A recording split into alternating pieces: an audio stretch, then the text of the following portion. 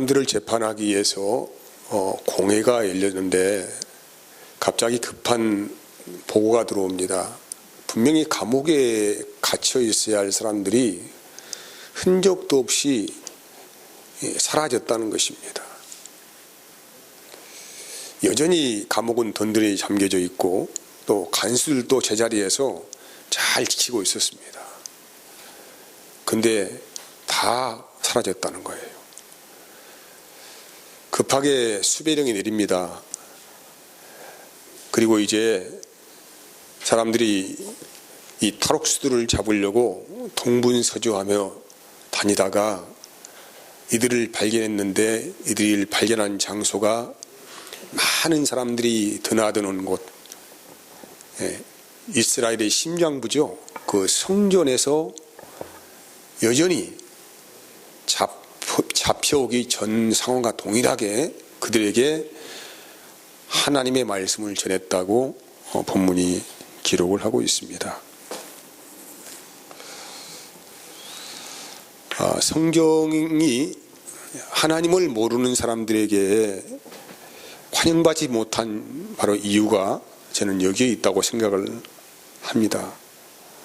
성경은 대부분 우리가 납득하고 이해를 할 수 없는 대목이 대부분입니다. 우리가 지금까지 사도행전 1장에서 5장까지 쭉 읽어왔는데 이 5장까지 짧은 이 단락을 구분시켜 보더라도 예수님께서, 그 죽으신 예수께서 부활을 하셨다는 것이죠.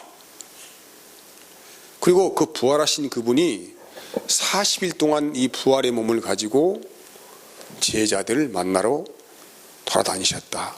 그리고 하나님이 계신 곳으로 승천하셨다. 또 두 번째는 제자들이 갑자기 성령이라고 하는 것을 봤더니 알아들을 수 없는 방언이라는 언어가 입에서 터지기 시작하였고, 근데 희한한 일은 외국에서 나고 자란 그 유대인들이 자기 나라 말로 다 들렸다는 거예요. 다 알아들을 수 있었다는 얘기죠. 너무 희한한 일 아닙니까? 그리고 3장에 가면은 나면서부터 안진병이 된 자가 그냥 예수님의 이름으로 명령하니까 헐떡 일어나고 뛰기도 하고 걷기도 하였다. 그리고 이제 5장에 넘어가면은 예수님을 만난 사람들이 그냥 자기 전답 다 팔고 때로는 집도 팔고 뭐 가산 정리해서 극빈자들을 돕는 일에 힘을 썼다. 또 좀 읽어가면 또 그 와중에 아나니아 삽비라라는 사람도 거기 사람을 도우려고 전답을 팔았는데 재산 일부를 감췄던 것을 성령께서 아시고 그들을 책망하셨고, 책망을 받은 그들이 갑자기 숨이 넘어갔다, 죽었다. 그리고 오늘 본문 말씀이 감옥에 잡혀서 분명히 그곳에 있어야 할 자들이 흔적도 없이 땅으로 꺼졌는가 하늘로 쐈는가는 모르겠지만은 흔적도 없이 사라졌다. 한 대목도 우리 인간의 이성으로 받아들일 수 없습니다.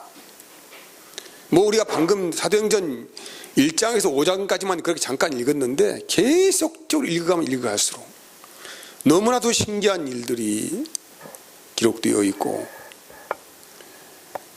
창세기 1장을 성경을 펴자마자 그냥 하나님이 세상을 창조했다라고 기록이 된 그 순간부터 계속적으로 아무튼 이해할 수 없는 공상과학 소설 같은 그런 제목들이 아주 줄비하게 전체를 차지하고 있습니다. 그러니 어떻게 사람이 제정신으로 이 말씀을 받아들일 수가 있겠습니까? 이런 생각을 가지고 있는 사람들이 어떻게 천국이란 말을 알아들을 수가 있고 지옥이란 말을 알아들을 수 있고 무슨 부활이란 말을 알아들을 수가 있겠습니까? 말도 안 되는 이야기이죠. 아무튼 이 사람들이 공회 앞에서 신문을 받습니다. 다시 잡혀가서 그런데 그 신문의 내용이 뭐냐면은, 야, 내가 너희들을 이게 그렇게 당부를 했지 않느냐. 제발 예수님의 이름으로 사람들 가르치지 말라고 당부했는데 왜 다시 나가서 그렇게 엉뚱한 짓 하고 있느냐라고 아주 심한 문책을 받죠. 그때 베드로가 말합니다. 우리가 이런 일을 하는 것은 마땅한 일이다. 생각해봐라. 너희도 하나님 계신 거 알고 있지 않냐. 그러면은 사람에게 순종하는 게 맞냐, 하나님께 순종하는 것이 맞냐 생각해봐라. 아니, 마땅히 하나님이 계신다고 믿는 사람들은 하나님께 순종하는 것이 마땅하지 않은 것 아니냐라고 아주 확실하게 말을 합니다. 하나님은 그러면 왜 이 사람들을 감옥에서 끄집어내셨을까?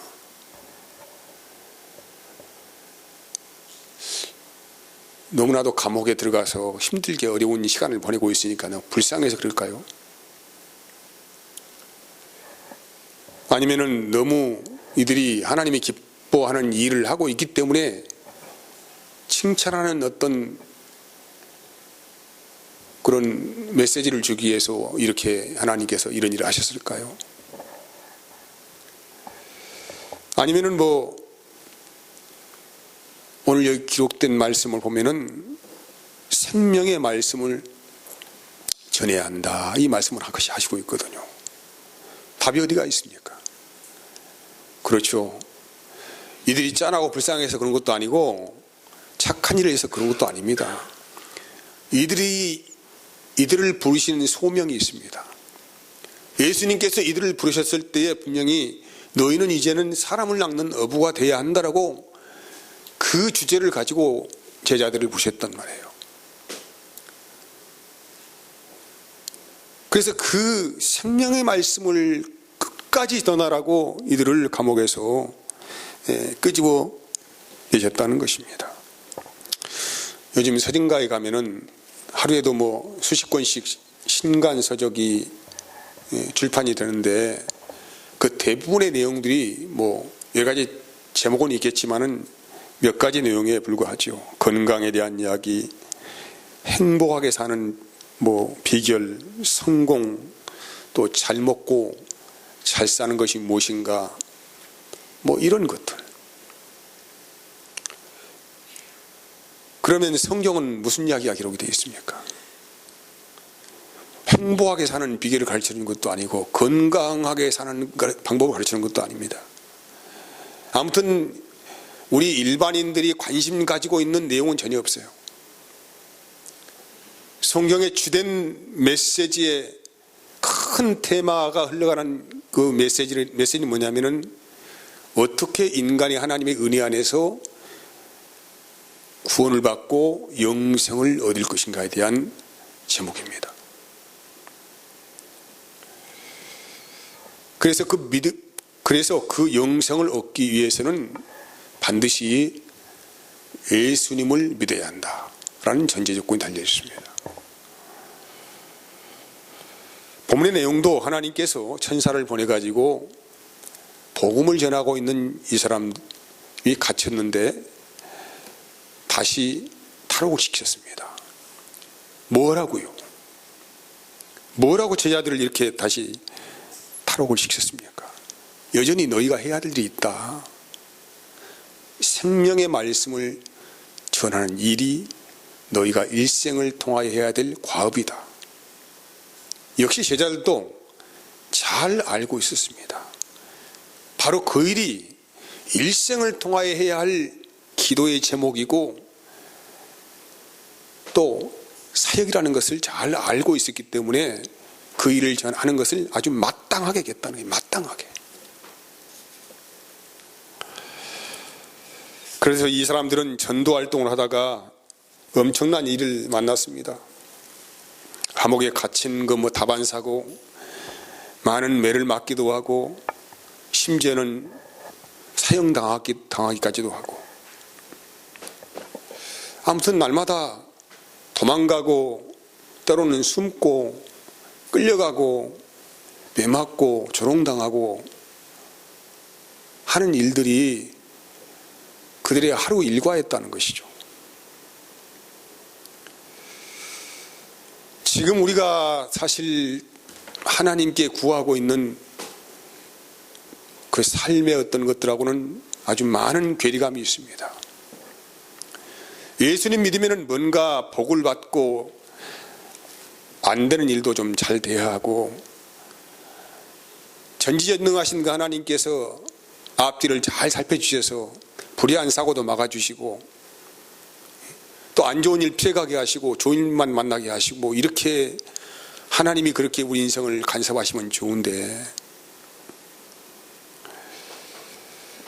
이들은 그게 아니에요. 허구한 날 매맞는 일, 조롱당하는 일, 끌려가고 고문당하는 일, 이것이 일상이었습니다.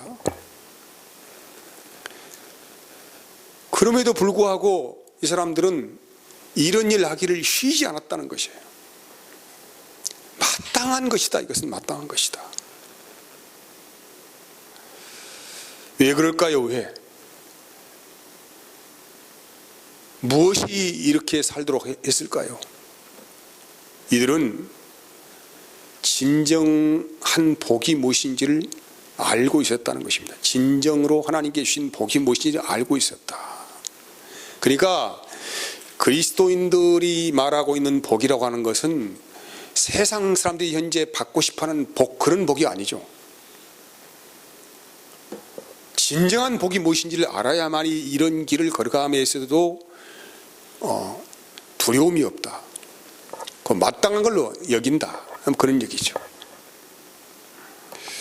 누가복음 6장 22절 23절 말씀은 이렇게 기록이 되어 있어요. 인자를 인하여 사람들이 너희를 미워하며 멀리하고 욕하고 너희 이름을 악하다 하며 벌 때에는 너희에게 복이 있도다.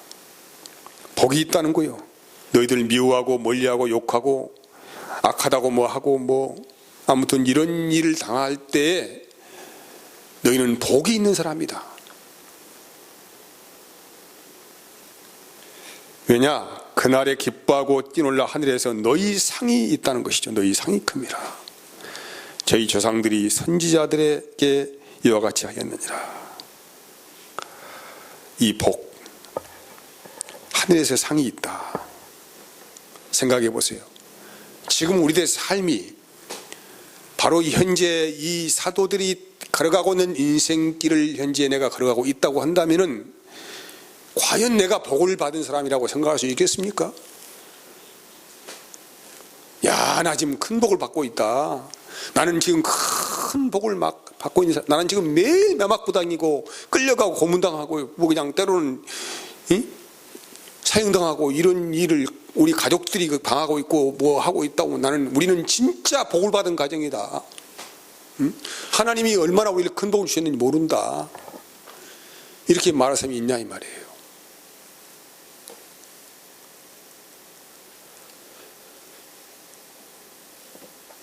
혹시라도 나에게 이런 복을 줄까봐 우리는 겁이 나는 사람들입니다. 하지만 당시의 그리스도인들은 이런 일을 당하는 것을 당연한 것을 여기고 또 나는 복을 받은 사람이다 이렇게 생각을 했다는 것입니다. 그러면 왜 이 사람들이 이런 일을 당하면서 사는 것을 복을 받은 것으로 그렇게 믿고 있었느냐 이 말이죠. 성경은 하나님이 주시는 최고의 상을 말하고 있는데 그 상이 무엇입니까? 부활과 영생입니다. 이 하나님이 주신 최고의 상이에요. 히브리서 11장 35절 40절 말씀 봅시다. 여자들은 자기의 죽은 자들을 부활로 받아들이기도 하며 또 어떤 이들은 더 좋은 부활을 얻고자 하여 심한 고문을 받되 구차히 풀려나기를 원하지 아니하였으며. 이게 조금 어려운 말이라서 조금 쉬운 성경으로 한번 읽어볼게요. 죽었다가 다시 살아나서 돌아오는 식구들을 만난 여자들도 있습니다. 그러나 어떤 이들은 죽었다가 다시 살아나서 더 나은 생명을 누리려고 석방도 거부하고 고문을 달게 받았습니다. 무슨 이야기냐면은 끌려가서 옥에 갇히고 또 그들은 엄청난 매를 맞았다는 것이죠. 그때 맞은 매들은 율법대로 한다면 40에 하나 감한매 39대를 맞았다는 것이죠. 40은 극한의 죽음의 상태입니다. 거의 죽음에 들어가는 상태를 한 대 감해주는 거예요.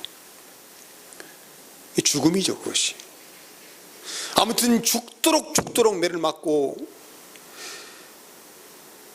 거기에서 이제 너 매 맞았으니까 나가라 해도 나는 못 나가겠어. 여기서 죽을라요. 이렇게 죽는 것이 복이요, 우리는 이렇게 살다가 죽으라고 하나님이 나를 부르셨습니다.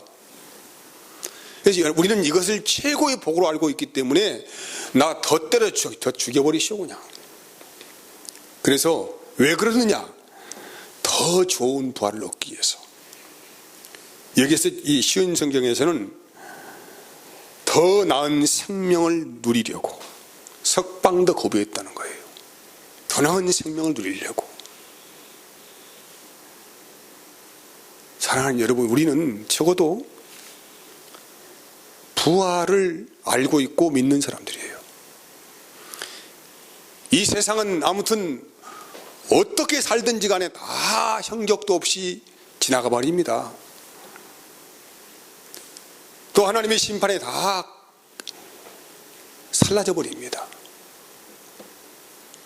근데 이들은 그런 엄청난 일이 몰려온다 하더라도 눈 하나 까딱할 일이 없다는 얘기죠. 왜? 지금 살고 있는 이 생명보다는 훨씬 더 귀한 생명의 가치가 기다리고 있는데 그것이 부활이고 영생이기 때문에 이거 죽는 거 별로 두렵지 않다는 거예요. 계속 읽어보면 이런 내용이 나와요. 또 어떤 이들은 조롱과 채찍질 뿐 아니라 절박과 옥에 갇히는 시련도 받았으며 돌로 치는 것과 톱으로 캐는 것과 시험과 칼로 죽임을 당하고 양과 염소의 가죽을 입고 유리하며 궁핍과 환난과 학대를 받았으니 톱으로 사람을 켜 죽이려고 매놓고 양쪽 발을 손발 묶어놓고 사지를 절단하고 톱으로 키고, 어떤 사람은 그 당시에 그 경기장에 데리고 가서 뭡니까 양쪽에다가 그 말이나 소나 이거 떼고 줄로 묶어 가지고 딱 이렇게 가게 하면은 그 힘에 의해서 가랭이가 쫙 찢어져 버리고, 그것 당하는 거 별로 두렵지 안 했다는 것이죠. 그건 마땅한 일이다. 왜? 우리에게는 이것과는 비교할 수 없는 더 나은 생명이 기다리고 있기 때문에 이거 뭐 별 문제 아니다. 10번이고 1000번이고 죽여라.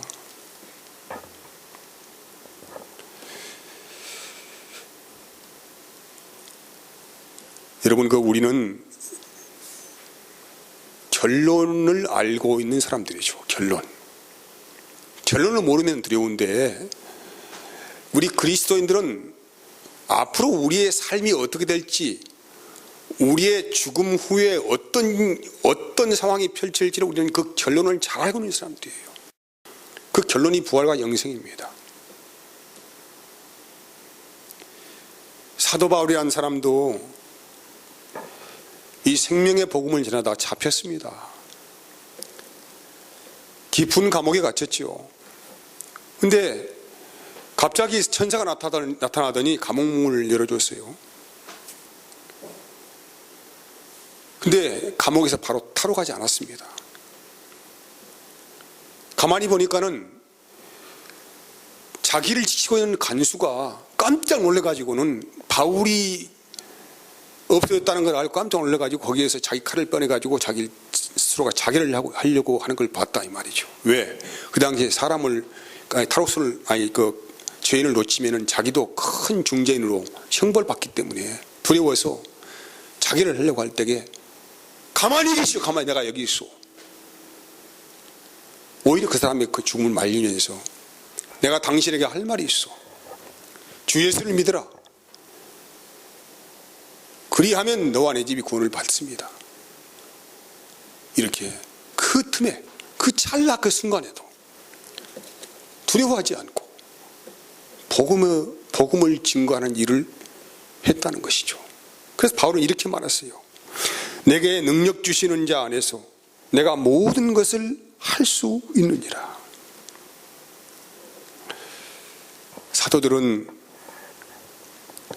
감옥에 갇히면 갇히는 대로, 풀려나면 풀려나는 대로, 병이 들면 병 드는 대로, 내가 왕따 시키면 왕따 받는 대로 전혀 그런 것에 개의치 아니하고 오직 그들이 생명이 붙어 있을 동안에 한 일이 뭐였냐면은 오직 생명의 복음을 전하는 일이었다는 것이죠.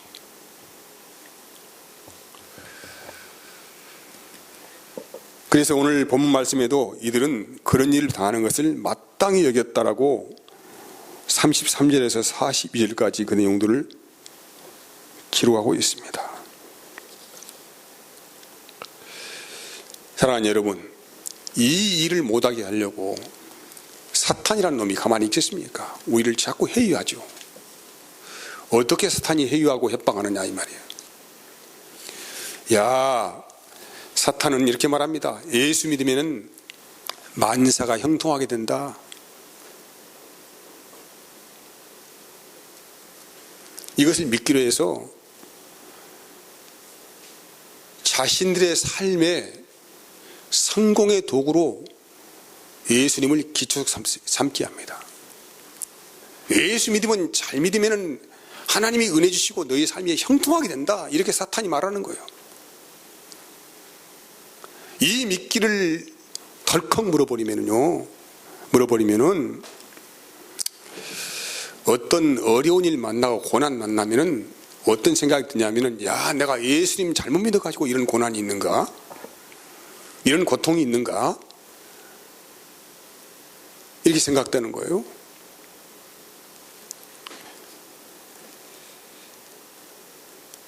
그래서 여러분, 이런 사탄의 이 회의에 넘어가게 되면은 예수님을 믿는 이유가 다른 목적이 아니에요. 자기의 삶에 뭔가 일이 잘 풀려보게 하려고.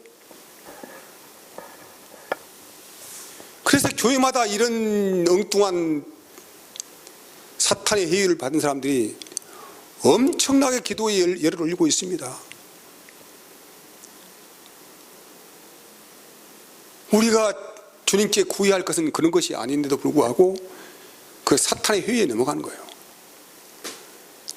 이들은 날마다 하나님을 도구 삼고 예수님을 도구 삼고 성령님 도구 삼아서 자기의 삶의 목적 달성을 위해서 신앙생활을 분주하게 해 나갔다는 것입니다. 또 사탄은 협박합니다. 대부분 건강하고 열정적인 전도자들 그리스도인들을 협박하지요. 어떻게? 고난을 만나게 합니다. 어려운 일을 만나게 한다는 것이죠. 그래서 하나님의 사랑을 의심하게 만든다는 것입니다.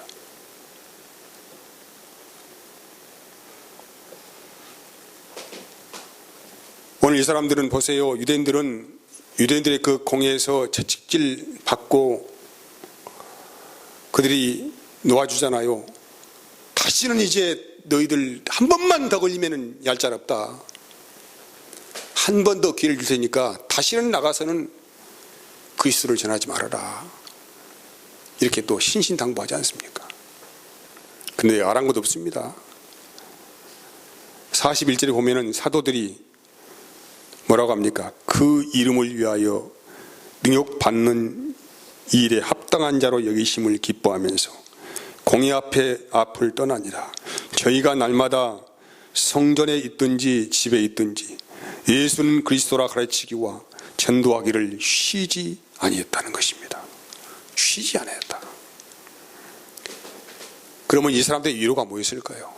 어떻게 위로받고 살았을까요? 그들은 매맞고 큰 고난 받을 때에 그때 크게 기뻐했습니다. 아, 내가 정말로 그리스도인이구나. 나 이런 일 두려워하지 않는 거 보니까 정말 나 예수 믿는 사람이구나.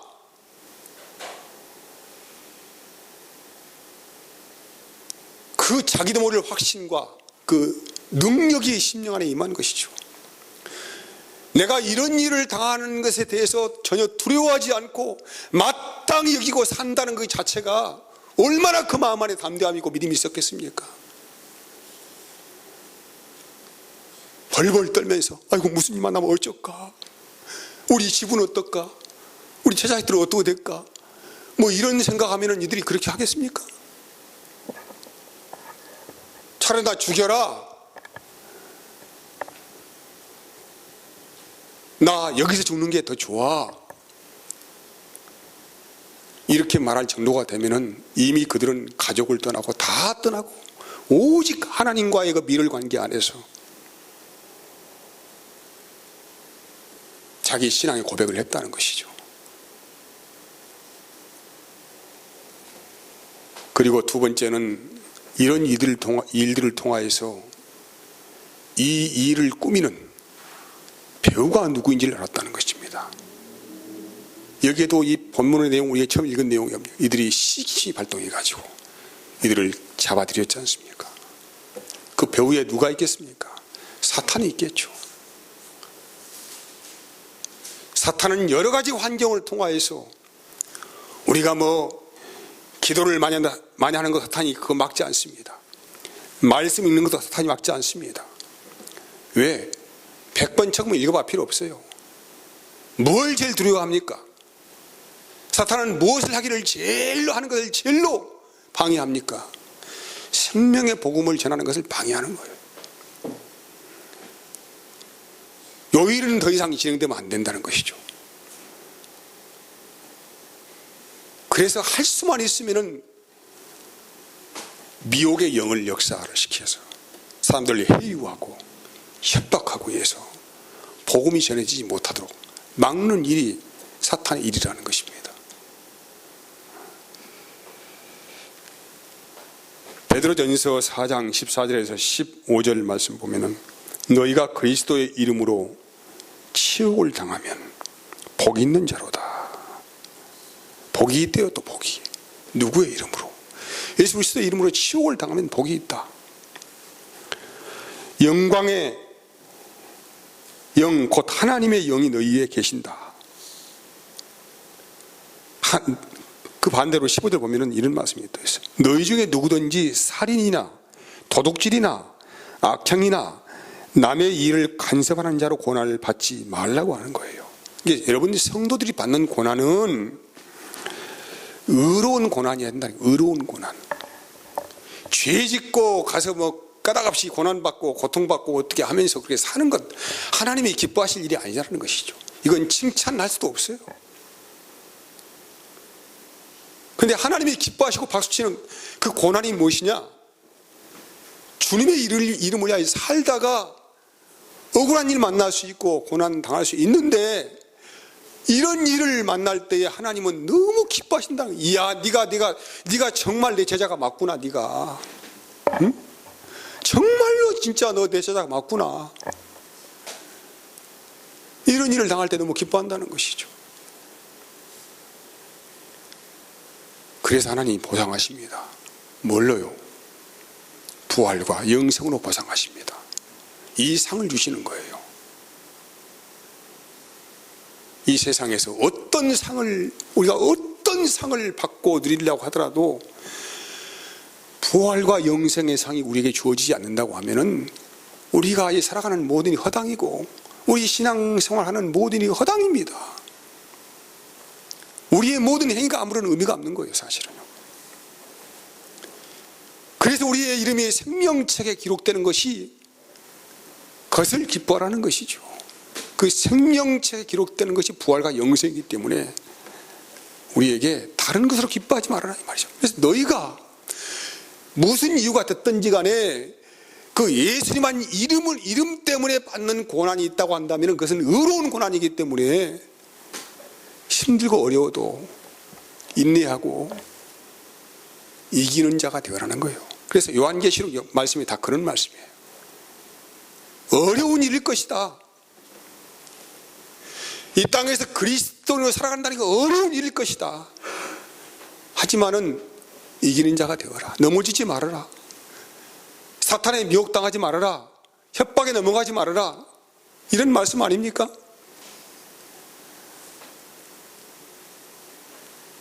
사실 이 말씀을 전하는 제 자신도 굉장히 부끄럽습니다. 왜? 주님을 위한 고난을 별로 받아본 적이 없어요, 제가요.